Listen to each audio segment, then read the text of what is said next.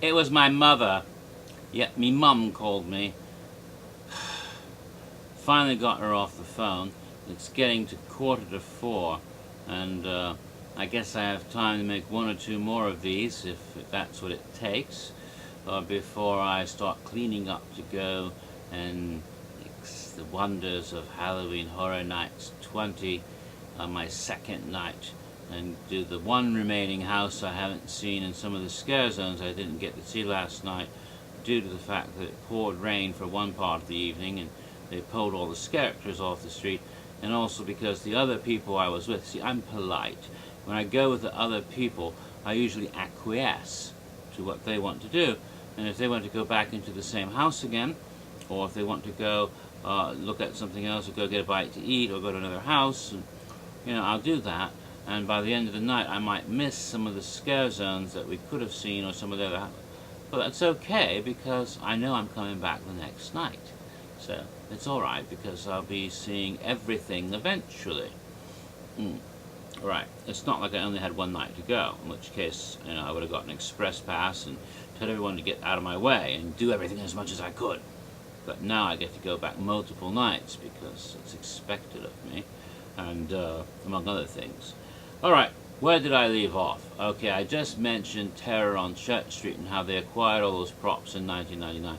So that's another thing that started to affect what would happen at Halloween Horror Nights at the end of that decade, that century, that millennium.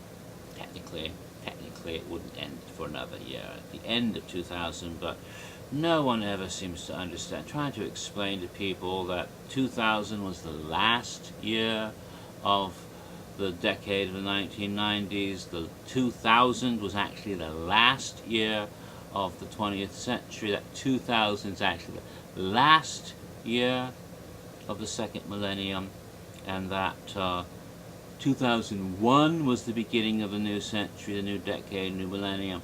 People just don't get it because they don't realize that the whole thing didn't start with year 0, it started with year 1.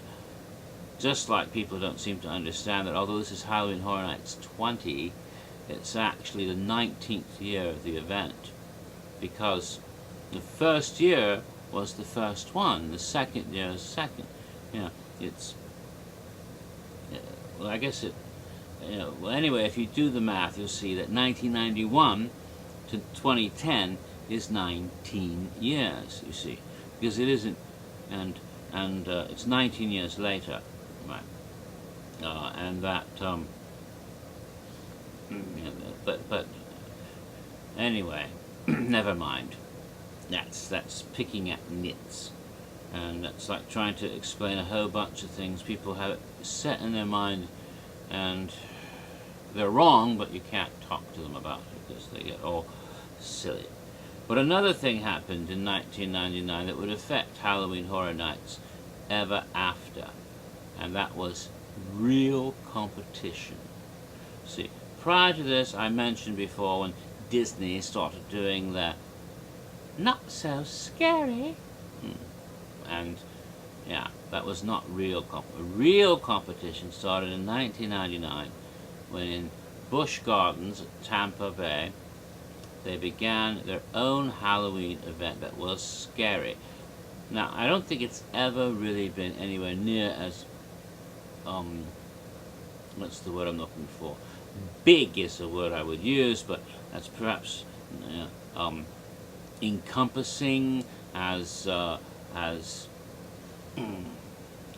prestigious, as much as what Halloween Horror Nights is. Although there are some people who really are fanatical about the Tampa Bay Busch Gardens event, which is today called Hallows Scream, and they're so, and some of them are really loyal to that and like it better than Halloween Horror Nights. In fact, there's some people, there's some sodomite, for example, who kept talking about ass raping, and he actually thought the icon was going to be the lantern. Wrong! The icon is fair!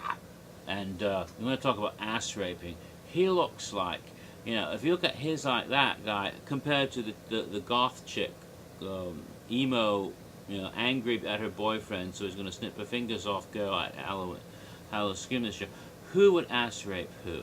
I mean, honestly, you don't think Fear would be more capable of that sort of activity than that chick? I'm sorry, you know, I'm sorry, it just doesn't follow. Sorry to bring up something as controversial as anal sex here on this video, but sodomites started it, so alright, okay, let's go somewhere else.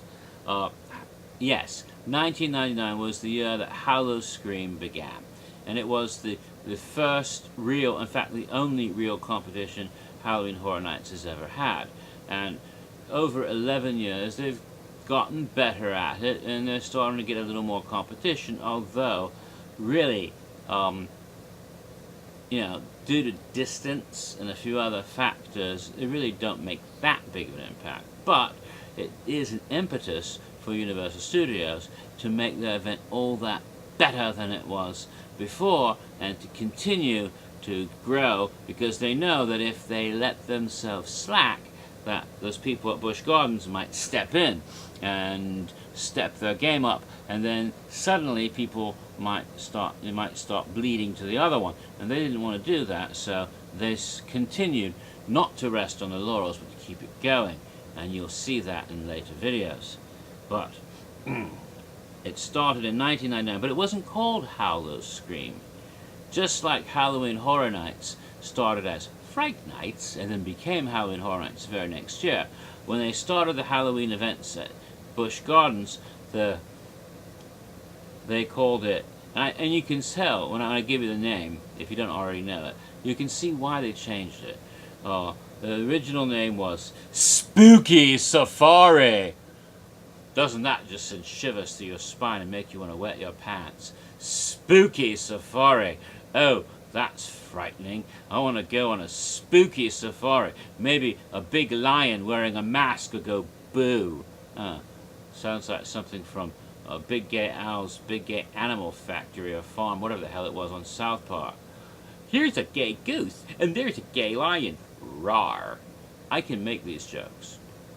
I can make these jokes because, it's like the N-word. White person says the N-word, that's bad.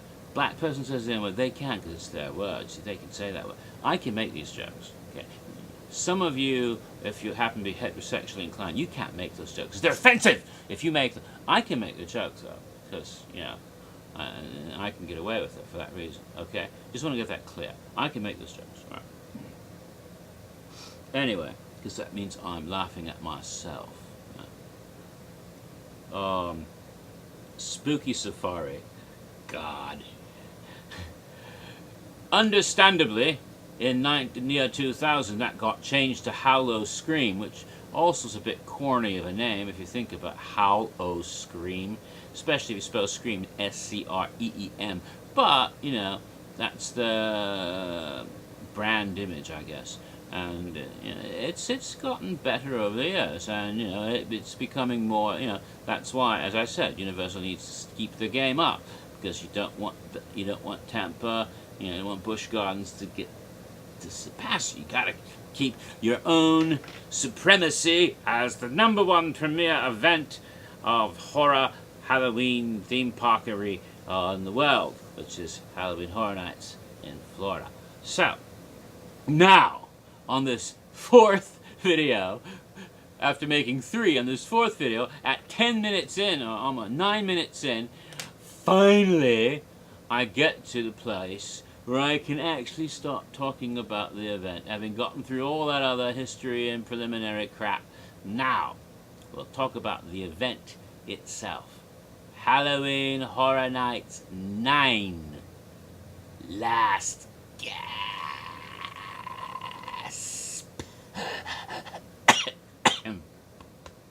Does bad things to your vocal cords when you do that. Yeah, Last Gasp.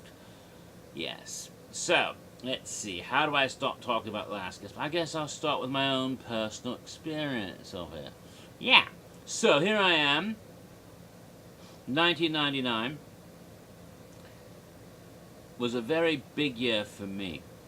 I'd gotten enough seniority at Disney, working now at the Adventurers Club by this point, having transferred from the Comedy Warehouse. But even though I transferred, they were still considered kind of like the same place, because they had like the same, there was one big person over both clubs. So even though you moved from one to the other, you didn't lose any seniority. And I had a lot by this point. I've been working for Disney since '91. And so I reached a point where, yeah, I could call my own days off, and I was able to get to the parks when I wanted to. And that year was the first time that I was able to attend the event, not just for one night, but multiple times. I'm not sure how many times. Maybe I only went 2 or 3 times. But anyway, it was still a lot more than just going one night. And that was the first time I was able to do that. But I didn't go with other people. I went by myself. Even though I ended up hanging out with other people at the event. Well, I'm sorry, that wasn't '99 that happened. I'll talk about that. That's 2001. But I went by myself. So I started to go multiple nights. This is the beginning of going multiple nights. So it was a landmark year for me in that regard. Now, in 1999, I first became aware of the event and the name Last Gasp because, of course, there were billboards, and you saw the mummy face. In 1999, there was a major motion picture released by Universal called The Mummy. It was featuring Brendan Fraser and, what's her name, Kathy, Karen, whatever her name, Weiss was her last name, but she, and Oded Fair, who played the Medjai guy, Middle Eastern. You know, he's actually Jewish, in case you're wondering. He's not even a real Arab. Just letting you know that. Sephardic Jew. Oded Fair, and I forget the name of the guy who played the mummy, but he's like Swedish or something. He's not even Egyptian. But Imhotep, a remake of the original Boris Karloff mummy film. And this is the first time Imhotep appeared since then, because all the other mummy films that appeared at Universal in the 40s were not direct sequels of the first mummy. They were actually about a different mummy altogether. They're about Keris, who was played by Tom Tyler, and Lon Chaney eventually, who took over everything. Lon Chaney, by the time Universal Horror Cycle ended, Lon Chaney had played every single major Universal horror monster. He played Dracula, Frankenstein, the Wolfman. In fact, I think he was the only actor to play all 3 of those parts, and I think he played a couple other things as well. I'm not sure, but he was the one, the guy who was able to play all the characters, but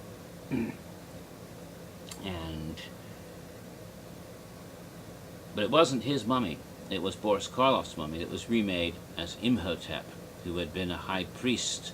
And if you saw the original mummy, you'd be surprised, because you see Chaney doing it with one, and that wasn't what it was about. At the very beginning, Karloff mummy comes alive and does something like that. Then he shows up, and he's just this dude wearing a fez.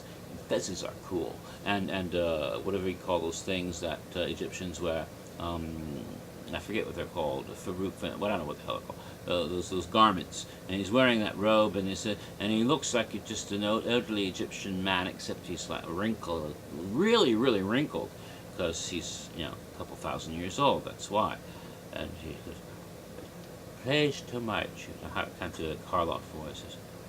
"Hello, my name is Ahmet Bey, and I've come to look at your antiquities. I know where the Princess Ankhesemun is buried, just because I happened to be there at the time, 2,000 years ago." Anyway, so,